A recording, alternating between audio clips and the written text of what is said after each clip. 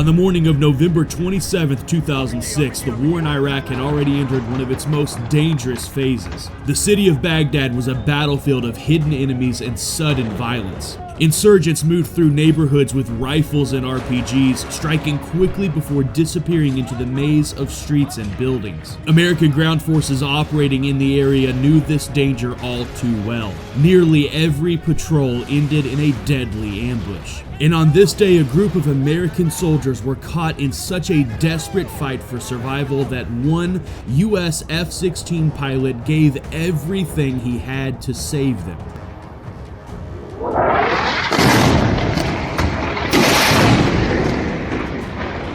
That pilot was Major Troy Gilbert, a 34-year-old F-16 pilot deployed with the 309th Fighter Squadron from Luke Air Force Base. By this point in his career, Gilbert had already flown dozens of missions over Iraq and Afghanistan, delivering precision strikes and close air support for American troops on the ground. Among his fellow pilots, Gilbert had a reputation for calm decision-making and aggressive flying when the situation demanded it. He understood the importance of air support for the troops on the ground. Fast air support could mean the difference between survival and disaster, and on this day, American forces were about to need his help like never before. That morning, U.S. forces operating west of Baghdad came under sudden and intense attack. Insurgents armed with machine guns and rocket-propelled grenades opened fire on coalition troops. The engagement quickly escalated. Enemy fighters moved into firing positions along roads and irrigation ditches, using buildings and walls for cover.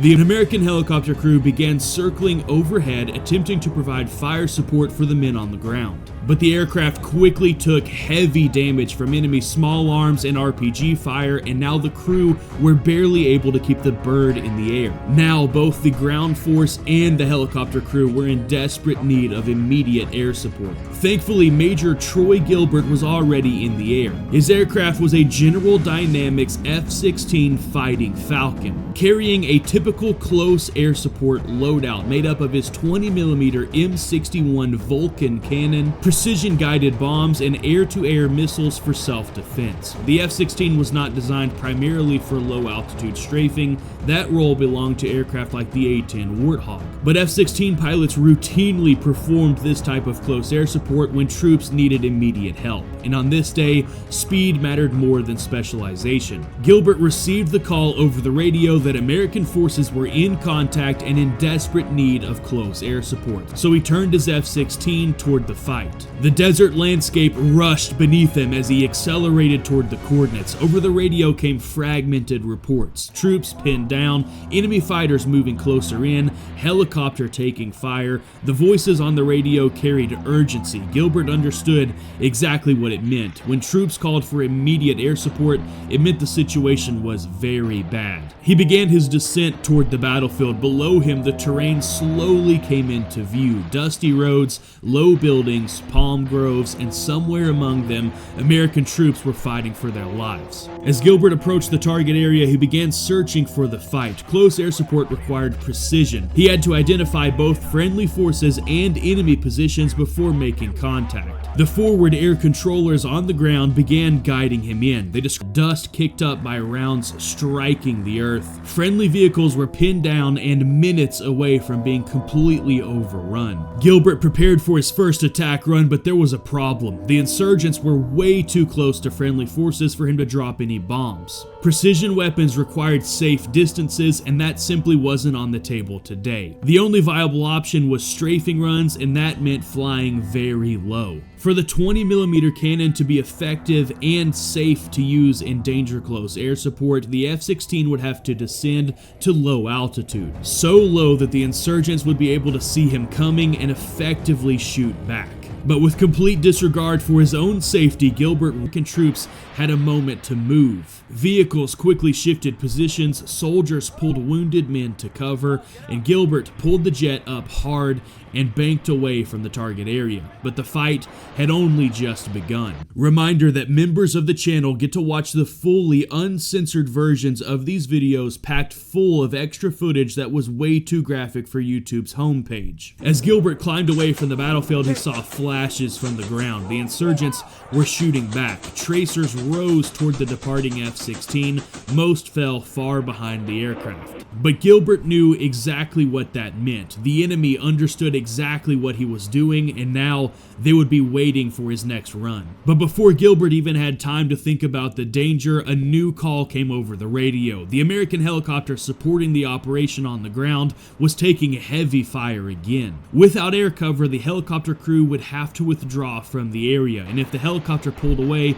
the troops on the ground would lose a critical lifeline. So Gilbert rolled into his second attack run. This time he descended even lower. Lower altitude meant better accuracy, but it also meant greater danger. At low altitude, the F-16 was vulnerable to heavy machine guns, RPG fire, and concentrated small arms fire. The aircraft was fast but not invulnerable. Gilbert lined up the attack, and again the forward air controller cleared him hot. And again, his cannon roared to life. In hot, in about 10 seconds.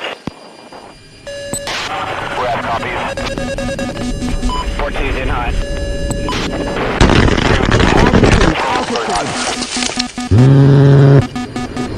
Another stream of 20mm rounds slammed into the insurgents who were firing at the American helicopter. The entire firing position, along with all the insurgents inside of it, were wiped out in an instant. And once again, the American troops on the ground seized the opportunity to reposition. For a moment, it looked like the attack might actually break the ambush.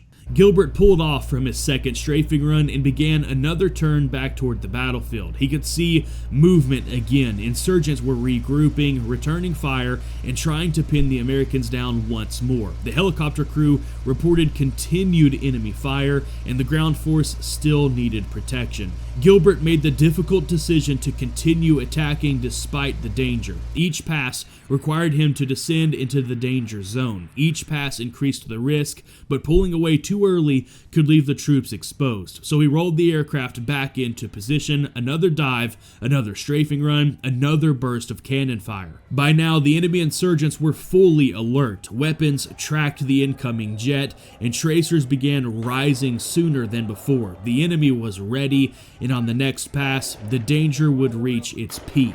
As Gilbert began yet another low-altitude attack run, the battlefield rushed toward him faster than ever, but as Gilbert pulled the aircraft out of the dive, something went wrong. The soldiers on the ground saw the F-16 suddenly lose stability. Instead of climbing smoothly away from the target area, the aircraft began to wobble. Moments later, smoke appeared behind the jet. Something had hit the aircraft. The exact cause has never been determined with absolute certainty, but investigators later concluded that the aircraft was most likely struck by heavy machine gun fire during the low-altitude strafing run. At the altitude Gilbert had been flying, the aircraft was well within range of insurgent weapons. Even a small amount of damage at high speed could be catastrophic. Inside the cockpit, Gilbert would have only had seconds. The aircraft entered a steep descent. From the ground, the American soldiers watched as the F-16 plunged toward the earth. The aircraft struck the ground at high speed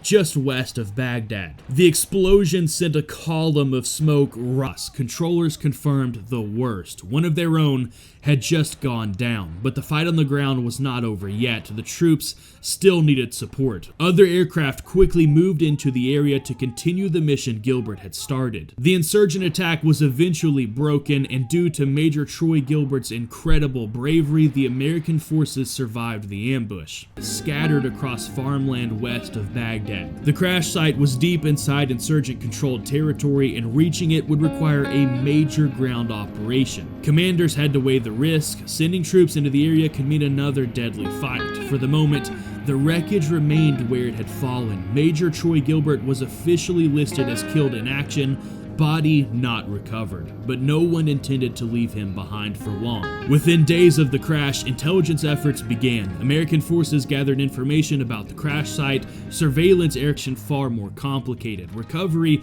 would now depend on intelligence rather than immediate action. Months passed, then years. American intelligence agencies continued searching for information about Gilbert's remains. Tips surfaced from detainees and informants. Some reports proved unreliable, others led investigators closer to the truth. Throughout this time, Gilbert's family endured years of uncertainty. They knew he had died protecting American troops, but they had no grave to visit and no final closure. Nearly a decade after the crash, investigators finally received credible information. Interviews and intelligence reports pointed to a burial site near the crash area. Evidence suggested that local civilians had buried Gilbert shortly after the crash. The information was passed to recovery specialists. Experts from the Defense Prisoner of War Missing in Action Accounting Agency began planning an operation. Their mission was simple: bring Major Troy Gilbert home. And in 2015, recovery teams traveled to Iraq to investigate the suspected burial site. Careful excavation began. The work was slow and methodical. Every piece of evidence had to be documented.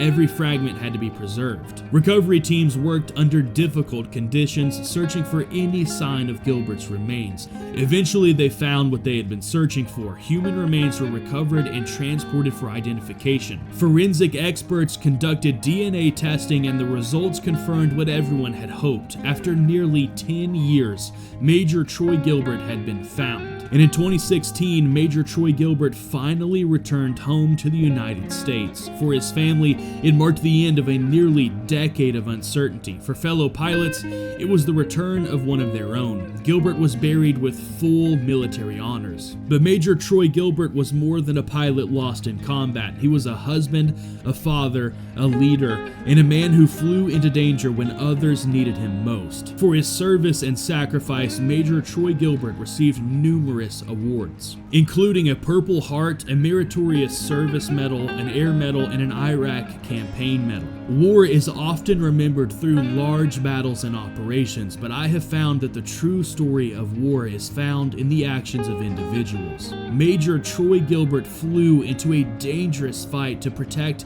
his fellow Americans. He made repeated low-altitude attack runs against enemy forces. He stayed in the fight even as the risk increased, and in doing so, he gave his life saving others. His final mission is remembered not only as a combat operation, but as an act of courage and sacrifice. Major Troy Gilbert answered the call for help, and because he did, American soldiers came home alive. Greater love has no one than this, to lay down one's life for his friends. John 15:13. You just heard a story of a man who gave his life so that others could live. The Bible tells us that the greatest love is to lay down your life for your friends, and that's exactly what Jesus did for all of us. If you've never put your faith in Christ, salvation is simple. Turn to Him, believe in Him, and accept the forgiveness He offers. He promises eternal life to those who trust